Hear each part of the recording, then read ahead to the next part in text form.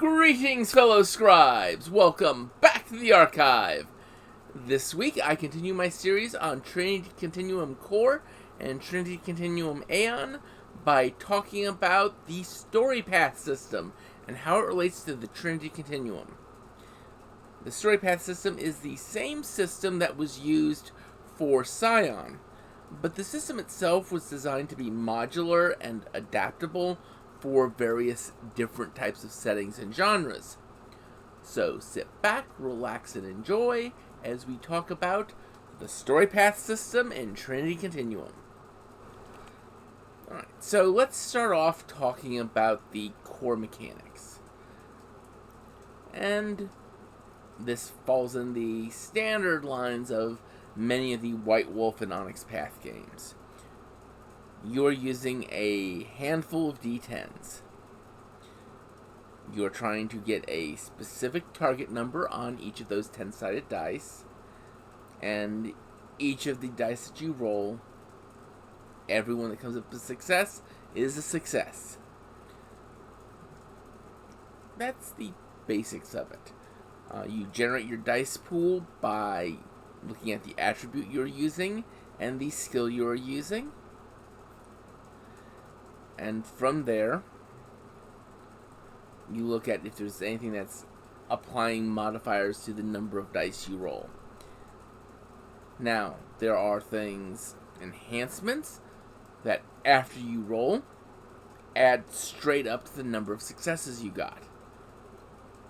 There are things called complications where you can choose to not spend successes to override the complication, but something happens. It's a case of the complication could be you're fighting on a narrow swinging bridge. You can hit the person, but if you don't spend a certain number of successes, you will be off balance, giving you a penalty to your defense. And that's really how it works. You spend successes to do either, attacks, you spend them to do more damage, or do different things like knock back the opponent. You can use them on non-combat tests to improve the degree you succeed, increase how long something lasts, stuff like that.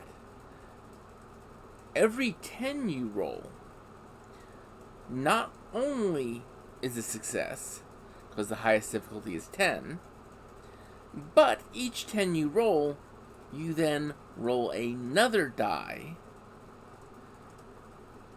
and this is called 10 again.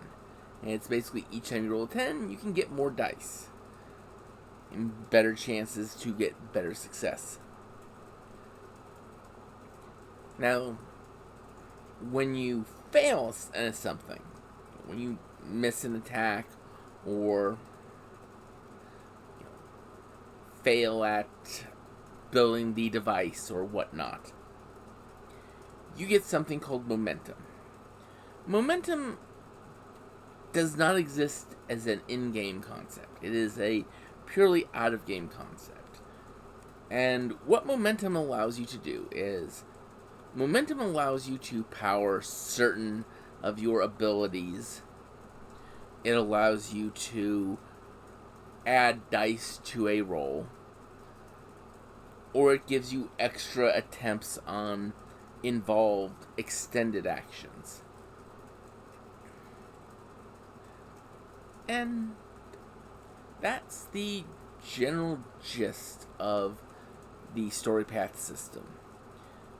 The base difficulties are not determined by the roll. They're determined by the level of character you are.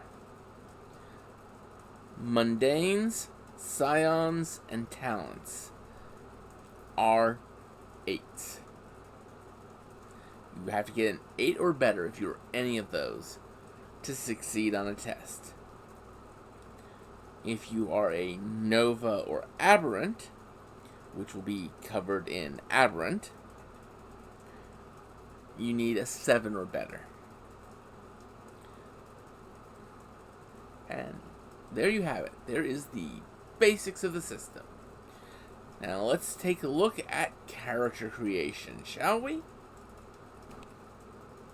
One thing I absolutely love about the organization of Trinity Continuum Core is that it goes from the short introductory story and world fluff straight into character creation on page 35. Now, character creation here is fairly straightforward. You pick your concept, and with your concept you choose your aspirations. You have 2 short-term, 1 long-term. Short-term aspirations are things you can achieve over the course of a game session.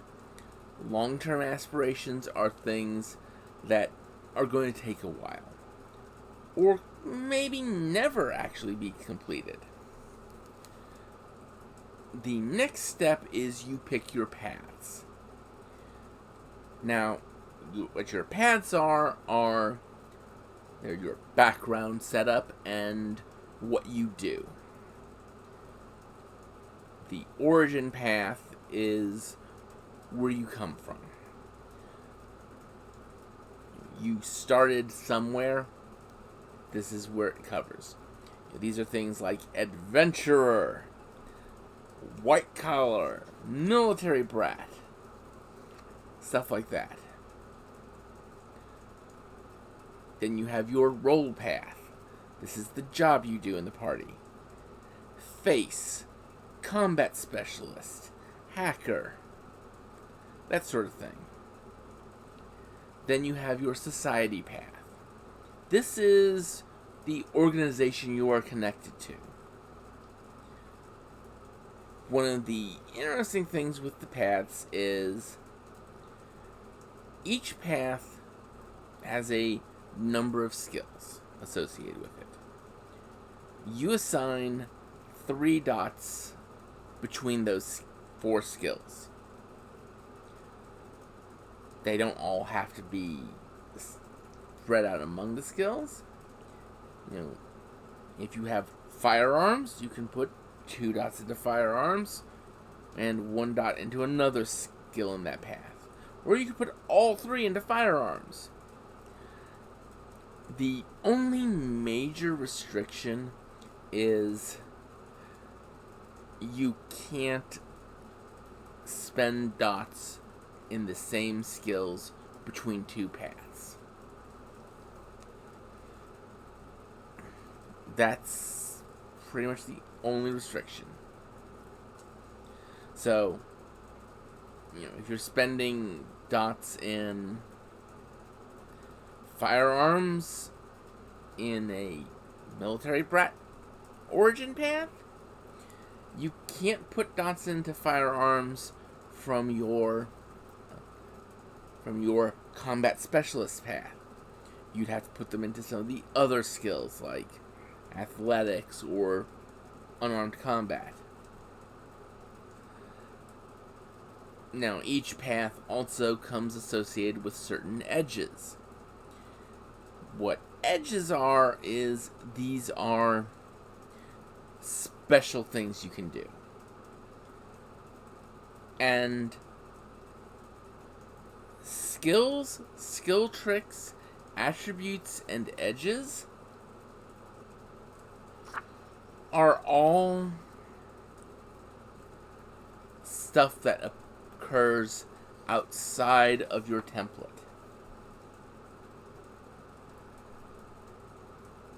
When you get to the last step, step 5, the next to last step, that is when you apply your template. And when you apply your template, this is where things get interesting. This is where you get into all the fun stuff. Examples being that the moment of inspiration for talents adds an attribute point. And then, of course, you get to pick your gifts based on your organization, your affiliation.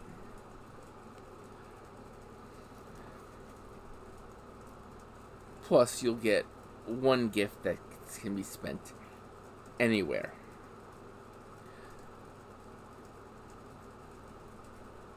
After that, you get to your final touches. And in the final touches, you gain an attribute point. You gain four additional points of edges. And that's the big stuff you get, the bonus traits. Now, there are differences between Core and Continuum. First off, Core, you can choose not to apply a template, and therefore be a mundane person, not a talented individual. In which case, you just jump straight to the final touches. Of course, if you apply the talented template, you get gifts relating to your organization. You get your attribute bonus for being a talented individual, and you get all the stuff that comes with being part of your organization. For scions, however, it's a little bit more involved. First off, scions have a special option at the last step. This option is, instead of gaining that attribute point, they can bump up their ability, their psi ability, to 3. Now, of course, every psi has to pick their order, and they have edges and gifts relating to their order.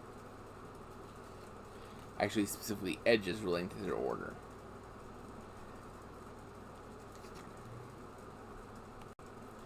The Scion template specifically starts with this. First, you gain an aptitude.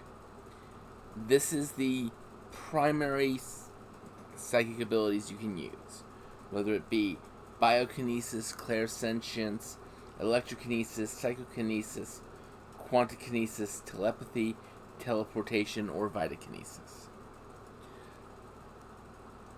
Even if you had another inclination, a strong aptitude for something else before you went into the Prometheus chamber, it got overwritten to the Prometheus chamber you went into. After you get your aptitude, you get your psi trait. The psi trait is 2, with the exception of those who bypass an attribute in the finishing touches step to bump it up to 3. Then you get your modes. Each psychic ability has 3 powers associated with it. So you could assign a dot into each, because you have 4 dots to spend. And as I said, you can assign dots into your primary aptitude however you want. If you have an auxiliary mode, which is a psychic ability outside of your aptitude, you can never put more than 1 dot into that. So, if you have photokinesis as your primary aptitude, you cannot put more than 1 dot into pyrokinesis, which is a subset of psychokinesis. And that is pretty much the whole thing for character creation. Character creation is simple and straightforward, like most storyteller or Storypath games, and is built primarily around what your character is, who your character is. So that is it for this week. Next week, I'm going to start a brief little series talking about a game called Fireborn. So until then, I'd like you all to remember to have fun and keep gaming.